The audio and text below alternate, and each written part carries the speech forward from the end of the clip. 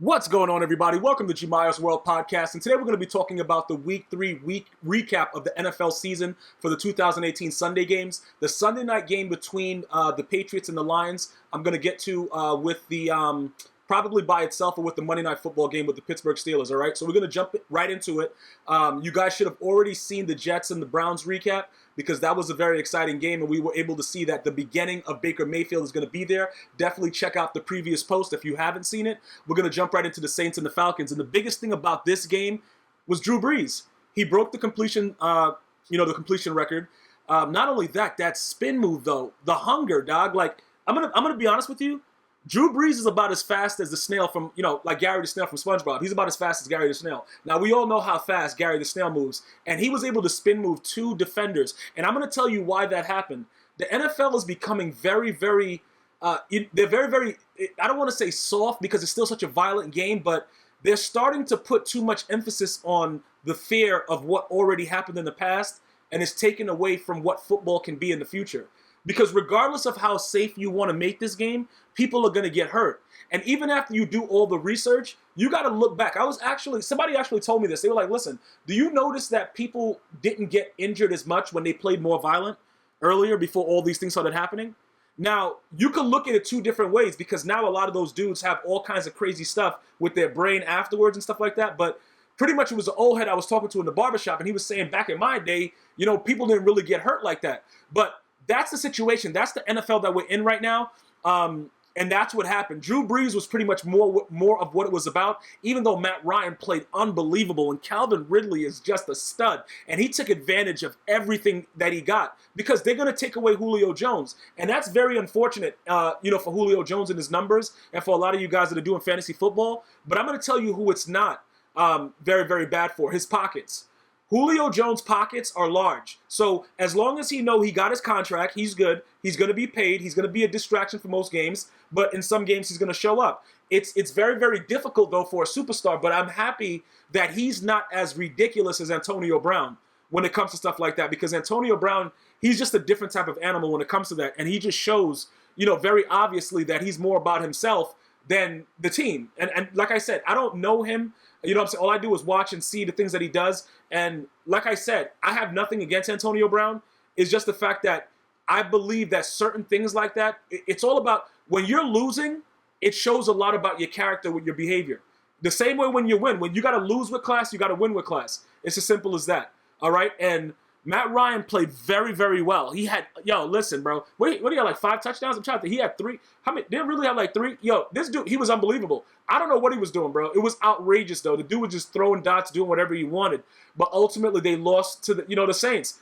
I'm happy that Lattimore isn't hurt. The other dude got hurt. It was like 2 corners hurt. Lattimore might have got nicked a little bit, but to my knowledge, he'll be good, for the next game.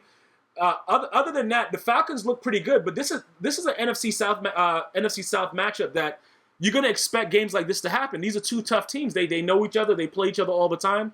So it's to be expected, but the only thing that keeps replaying in my mind is that spin move by Drew Brees, man. I'm sorry, but when you go above and beyond and he's not athletic like that. And that was just the slowest spin move I've ever seen. And then he dives in the end zone for 6. So the Falcons should be ashamed of themselves for that. But again, with the way that the league is and the way that they're treating Clay Matthews, which we're going to be getting to in the next game right now, it's pretty tough. The Packers and the Redskins, I'm going to tell you this right now. This is like 3 weeks in a row where Clay Matthews is getting penalties for tackles that I don't believe should be penalties. Now, you could believe whatever you want. You could think, oh, yeah, bro, by the letter of the law. It doesn't matter. I don't understand. This is what's weird about it, bro. And this is why a lot of people, have an issue with the people that make the rules for the NFL. And they say these guys are just suits. They've never played the sport. Because if you've played football, I've played defensive end, okay? When you play football, bro, and you're running at top speed, you can ask them to not put, your body weight, all that stuff like that. You can ask them not to body slam them. But he's doing everything possible. Helmet to the side, no head-to-head contact, all these things. And he's still being flagged, bro. That's disgusting. That is disgusting. Okay? And I don't know when they're going to change the rule, but they're going to have to alter it during the season because it's becoming very, very stupid. It just is. Like, there's no excuse about it. And it cost them the game for the Vikings and made it a tie when they should have won that game outright. And this one was just worse. It was just worse. And that takes away from my love of the game.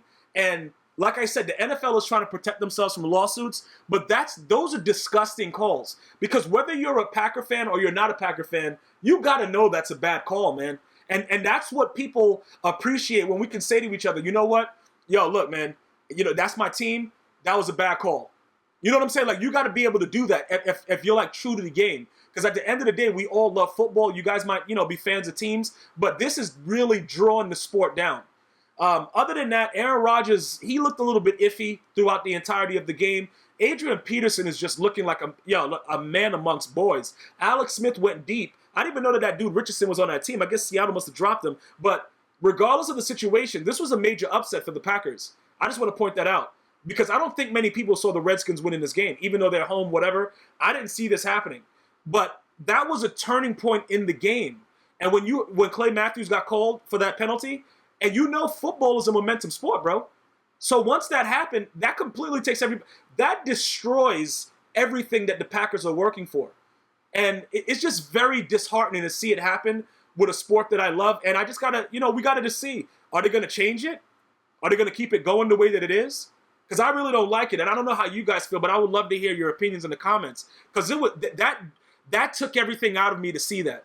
That hurts me for Clay Matthews. I don't know the guy, you know what I'm saying? I just watch him play. You know what I'm saying? I know nothing about him personally, but I felt for him on that. Because you're doing everything in your possibility, like that you can do, that's physically possible to not get that penalty. And these refs are calling you for the penalty. I didn't like it. Colts and Eagles, welcome back Wentz in a rainy, disgusting Philly weather game. He came out, went down the field, scored. Throughout the game, it got a little bit crazy. I will tell you this, though.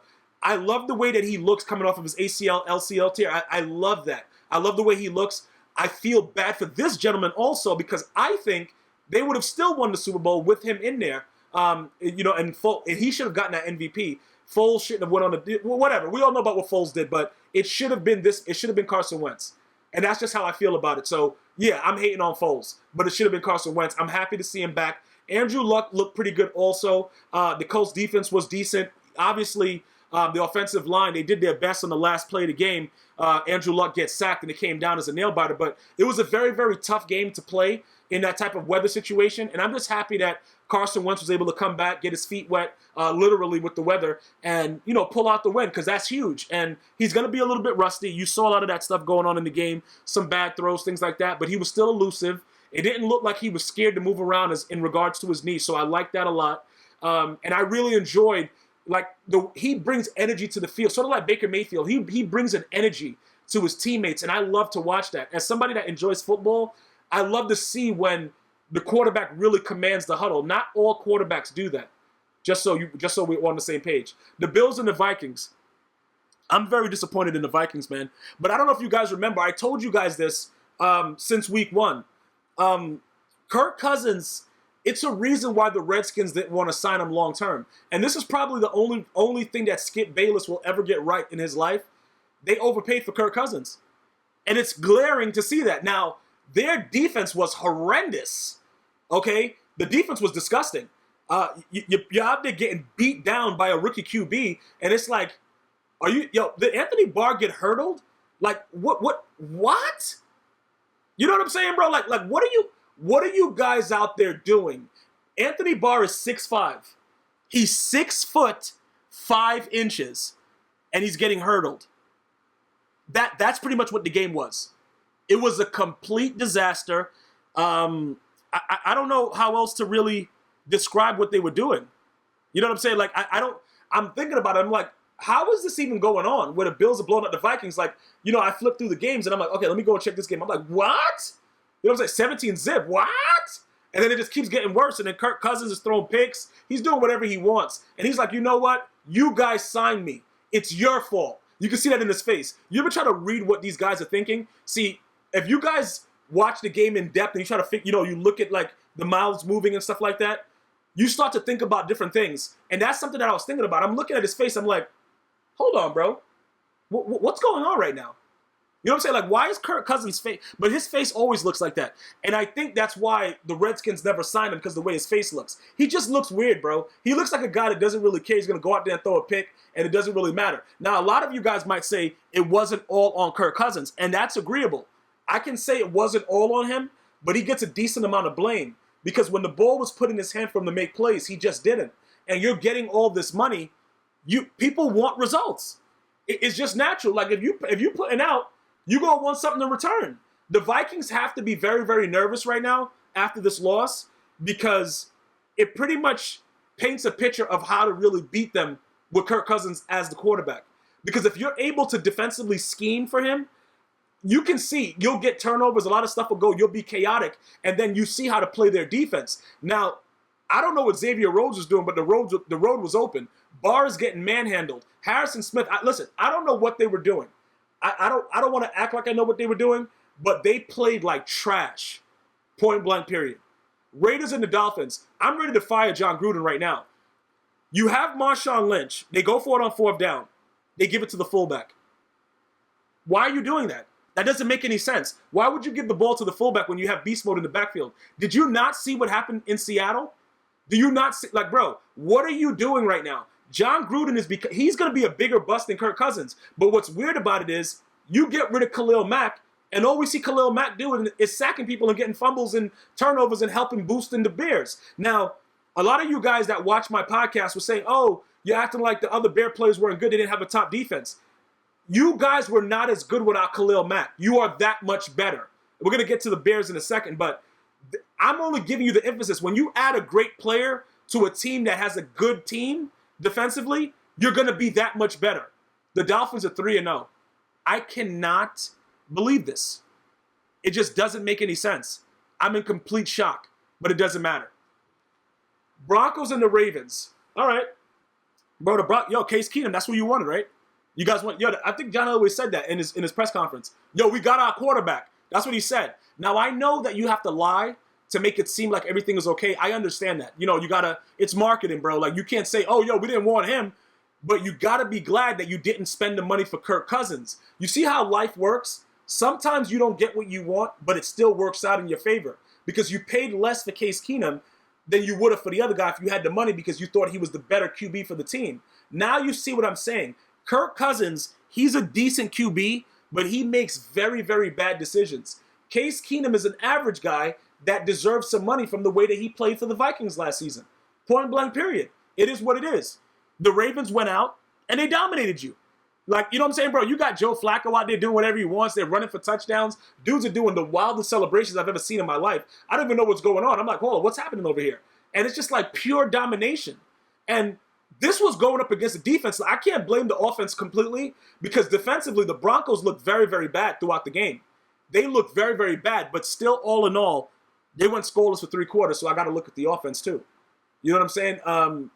Defensively, they're usually a lot better than they were today. I don't know if that's going to change in the near future, if they're going to be able to step it up, but they look pretty bad. They're going to have to work on some things with the Broncos, because that's primarily what it was supposed to be. Have a solid D, score when you need to, and win games. It ain't looking like that right now when you lose it to the Ravens. Bengals and the Panthers. It's a pretty good game, man. It was a pretty good game. I liked it all the way throughout. I enjoyed this game very heavily. Cam Newton went out and played very, very well. The Bengals played as good as they could. It's not much you can do in certain cases when you just don't have the pieces. A lot of injuries and things like that going on with the Cincinnati Bengals. But you know what I'm saying? Like, I have to give the Panthers, I got to give them a lot of credit, man. I just have to. Like, because sometimes Cam Newton can be very inconsistent and he just pisses you off. And then he could come out and play like this. And I think he broke the record today for the most QB touchdowns, I believe. The announcer said that during the game. I remember when I was watching it.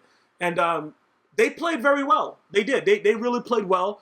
And that's what I'm saying. The NFC South, man, that's gonna be a crazy division to watch. I'm really enjoying the NFC South right now. So I didn't expect the Bengals to win this game with the Panthers being at home, but they did as much as they could with a coach. Marvin Lewis is their coach. So always expect the unexpected. The Giants and the Texans, I did not see this coming. Look, I thought that from what we saw from last year with Deshaun Watson, I truly believed when he came back off his injury, he was going to be one of the big surprises to come back and make some noise. And I have to tell you guys, I'm disappointed in them. I'm honestly just disappointed in the Texans as an organization. Deshaun Watson, I don't know what to say about him. I'm thinking about it. I'm like, what happened to him? The reads that he's making and the things that he's doing, I'm like, what is this? Who are you, bro? Like, it doesn't make any sense to me. And again, I spoke about this game earlier. I was streaming on Twitch, twitch.tv/GMilersWorld, if any of you guys are into gaming. And we were talking about it, and I was like, I got to give the edge to the Texans because they're at home, and the Giants haven't really been playing well. And then Eli Manning comes out and starts doing whatever he wants to this defense that's supposed to be decent. I don't understand that. It's just weird to me the way the NFL is, because you could think you know something, and you just really don't. It was really bad, to see the way Watson played. I'm not really enjoying him play the way that I did last year. I'm always going to be a little bit more hard on him than a lot of other people are, because I expect greatness out of these young, talented players, and I'm just not getting it, bro. I'm not. It didn't seem right. I'm looking at it. I'm like, what? What's this guy doing, bro? Whatever, man. Maybe he has to play into it a little bit to see, play himself back to shape, whatever. I don't know what he's doing, but the Giants came out. Saquon Barkley had like 80-something yards, touchdown. Pretty decent, offensive play from them, but they weren't really spectacular, and they still pulled out the victory. So kudos to them. But Deshaun Watson, I'm disappointed in him, bro. I don't like what I'm seeing. You guys, if you guys are Houston Texans fans, you guys got to see that he's not playing up to that MVP level that we all thought that he would be playing at. That's all I'm saying. Titans and the Jaguars. This was very interesting because this dude, I don't even, Mariota comes in. He's supposed to be injured, but the dude that's starting gets hurt. Dude's garbage. We already know he's garbage. Mariota comes in and outplays the Jaguars just enough to get field goals to beat them. The same Jags that just beat on the New England Patriots. The same Jags.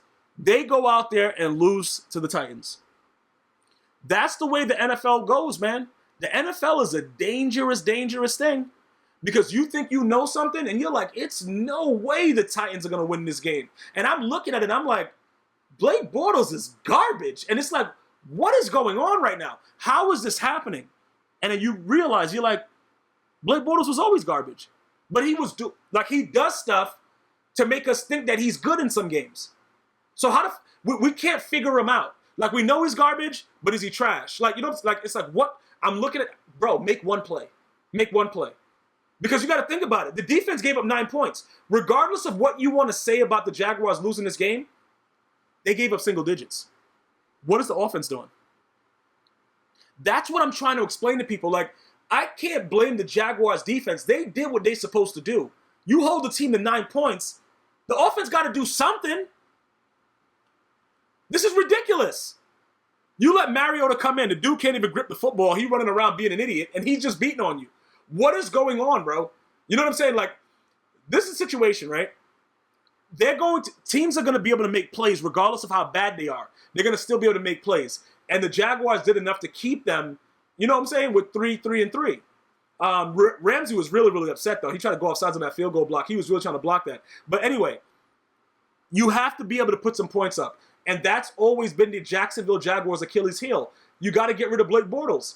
If you get rid of Blake Bortles and put a suitable quarterback in there that can make decent throws, the Jaguars are going to the Super Bowl and winning it. But it's always like that. It's sort of like, you remember when the Ravens were really good with Ray Lewis and them boys and Shannon Sharp and all that stuff, and they had Trent Dilfer, and he was trash, but he could just make that one throw to get you on the board? The Jaguars don't have that, man. Blake Bortles garbage, bro. This is what he really is. You know what I'm saying? The dude's trash. But some games he'll come out and do whatever, and then they'll win. But you can't take that kind of, the Jekyll and Hyde thing. You got to have a decent, consistent quarterback. And the Jaguars is a Super Bowl team, but I don't know if we're going to be able to see that this season with the way that they just lost to the Titans. 49ers and the Chiefs. Patrick Mahomes is for real. That boy right there, like how they say it in the South, that boy there, like, listen, man, I don't know. I knew he was going to be good, but this good? The Chiefs found their franchise QB and more. All they got to do is keep this young man upright, keep him away from injury, and it's a wrap, bro. The dude has a cannon for an arm. He's mobile. The dude, he had that play where he ran to the left and ran back to the right through a dot to the end zone. If you allow anybody to do that, like the 49ers are trash defensively, bro. Like, you allow him to do all that stuff, yo, don't even worry about it. Yo, I don't know what to say about it. I don't know what to say about it because I was so appalled but excited at the same time. I'm like, yo, this dude really just did that. That's glitchy, bro. Like, what? What is it? What? You know what I'm saying? Like, you ever watch a game and you're like, a certain play happens, you're like, hold on, did that really just happen? That's what I was saying. I'm like, it's no way he comes back to the other side because there got to be somebody over there containing, right? Nope. Wrong. Like, it's like, what is going on right now? Are they serious? But unfortunately, they are. And now Jimmy Garoppolo could be out for the season. Most people that are tweeting about it saying that that it's possibly going to be an ACL tear. Why is Jimmy Garoppolo, as a quarterback, trying to cut inside like he's Michael Vick? Why don't you just run out of bounds, bro? What are you doing? You're a quarterback, dude. It's somebody right in front of you that's about to bash your face in, and you're juking inbounds? Then you want to hang out with porn stars, in the offseason like you're the bomb, and now you want to tear your ACL? And then now it's going to be another season we're not playing football and stuff like that. Like, it's just all really bad for this kid, man. It's just really, really bad. And I don't understand why he made that decision to come back in bounds, but I think maybe it's the adrenaline, and you're looking at it, you're like, I could do it. But I just think that you run out of bounds there. Even if you're a mobile quarterback, you run out of bounds. I think Cam Newton would have ran out of bounds there because you don't really have any wins. It's mad people in front of you. Just run out of bounds. But that's the way that these competitors, like, you can see that he has an urge and he has something to prove and he just wants to be out there. But that's very tough, man. That's tough to see him go down because the 49ers, what are they going to do now? You know what I'm saying? You got Richard Sherman running around getting dotted. Like, what are you guys going to do? There's nothing you can really do right now. I don't really envision the 49ers doing anything at this point. I'm just being honest with you. Like, it's a talk. Like, Garoppolo gave them some, like, kind of hope. That's all done. If it turns out that he's really out for the season, that's going to be really, really bad. It's just going to be really, really bad. It's nothing else you can really say about it. It's going to be, pretty disgusting to watch the 49ers. I don't really see what they're going to be able to do. Even though their backup quarterback won some games for them last season, it's not the same thing. We all know Jimmy Garoppolo is way better, so it is what it is. The battle of the Los Angeles teams, the Chargers and the Rams. I'm going to tell you this right now, right? This is a very, very serious team, the Rams. And I told you guys this. I explained to you. Hold on, Marcus Peters is hurt, right? I think he's hurt. I just want to bring that up real quick. But I told you guys this. I said, listen, with the team that they have constructed, they are the Golden State Warriors of the NFL. And a lot of you guys, oh, bro, they got to do this, they got to do that. They're not all the way there yet. They got to gel. You don't need to gel nothing, bro. That defense, and Todd Gurley is by far the best running back in football. Like, do we even need to talk about that? You guys want to still talk about that or not? Y'all let me know. Let me know if you guys still want to talk about who's the best running back. Le'Veon Bell sitting out probably made the biggest mistake of his career because I don't know if his value is going to maintain what it's supposed to be by the time he comes back. That also is very unfortunate. But, again, like I said, I don't know what's going on, man. I have no idea what's going on. I'm looking at it. I'm like, Jared Goff is playing like Joe Montana. Like, what is going on out here? I don't know what's really happening in the NFL right now, but they're gelling a lot more than I thought. The Chargers now, okay, the team came out and played a little bit better. Phillip Rivers was pretty good. I just think at the end of the day, they didn't make enough plays. Melvin Gordon is really showing out, though. He's probably, in my opinion, the way Zeke is playing, I can't really put Zeke up there, bro. I like Melvin Gordon over. I would go right now, like, realistically speaking, I would probably have to go Gurley then Melvin Gordon, and, like, I'm saying 1 and 2, in my opinion right now. That's just how I'm feeling. It was an unbelievable game, though, man. Shout out to the Rams. They're really doing what they had to do, 3-0. Cowboys and the Seahawks. Very, very disappointed in the Cowboys. And I'm going to say something, right? I don't think that Dak Prescott is a really good quarterback. And, I'm just saying that based on the fact that some people are going to make excuses. Oh, the O-line this, O-line that. Tyron Smith did get beat a couple times, and dudes came in and took care of his business. But for the most part, he had very, very long stretches of time in the pocket, and he just couldn't make plays. If we're being honest about it, he just couldn't make the plays. And when everybody knows that all you have to do is stop Zeke, this is what's going to happen. But let's not take away from the fact that Russell Wilson played unbelievable. He played unbelievable. The dude was just throwing dots everywhere. Like, Lockett is wide open. This guy, everybody open. Like, it was crazy. And they protected him. He didn't get sacked against a team that was just putting up mad numbers with sacks. The Cowboys were horrific. They were disgusting. They were unacceptable. Okay? It was a very, very bad display of football from these guys. All right? Looking at Zeke, I'm very disappointed with that fumble that he did late in the game. How are you not protecting the football knowing that somebody's behind you? And remember, that's the way that dudes usually get stripped. So you would think that he's, he breaks up the tackle, he's making a big run, he's going to protect the ball. He didn't. And that's the way the cookie crumbles, bro. And that's just the way it is right now. And looking at this aspect of everything, the Cowboys are done in the NFC East. As long as, like, Earl Thomas, they had a chance to get him, their secondary is depleted when it comes to that position. So I don't like where they're headed. Okay, going forward, I don't like it. Van Der Esch looked pretty good, though, the linebacker that they drafted, but their defense is trash. And offensively, their quarterback, he's not that good of a quarterback. It is just, sometimes you got to just deal with that, bro. He's just not that good. You know what I'm saying? Like, I would take Tony Romo with no collarbone over this guy. That's just my opinion. But overall, the Seahawks handled their business. It was good to see Chancellor, bring out the flag and everything like that. He had a really, really good career with them. Unfortunately, he didn't get the second Super Bowl because nobody wants to run the ball with Marshawn Lynch, but that's neither here nor there. It was a very, very ridiculous situation, and it is what it is. Bears and Cardinals. Okay, Bradford is a bum. Okay, I'm just going to start there. Bradford is a bum. He's so much of a bum that they brought in Josh Rosen to try to do something, a rookie, in the end of the fourth quarter to try to make a run, which he looked pretty good until he threw a pick. But Sam Bradford has been a bum for a very, very long time, and he's been getting recycled around the league, and nobody seems to understand that this guy's a bum. He's made so much money, and he's a terrible quarterback. He is terrible. For you to take him out the game at that point and put in the rookie, you have to know that this guy is terrible. And it wasn't because of injury like he usually gets injured. It was because he sucks. And that's pretty much it, what it is. But the Cardinals overall sucks anyway, so it doesn't matter. The Bears defense, like I was saying in my previous recap when I was saying what Khalil Mack adds, Khalil Mack makes them that much better. Were they a good defense, Amos, Trevathan, all these guys? Yes, they were. But Khalil Mack alone is the reason why John Gruden should be fired as a head coach, because that was the dumbest trade you could ever bro, how could you trade that guy and then every week you're talking about pass protection with John Gruden? He is such an idiot. But that doesn't matter, man. The Bears came back down 14-0 to win this game. And Mitch Trubisky didn't play relatively well, but they were able to pull it out. And that's what makes me excited about the Bears, because their defense is good enough. And if Mitchell Trubisky could just make a little bit of plays, this team is going to be something to reckon with. I want to thank you guys for watching my Week 3 recap of the Sunday games of the NFL 2018. Make sure you guys know I'm available on Spotify, iTunes, and iHeartRadio. Until next time, one love.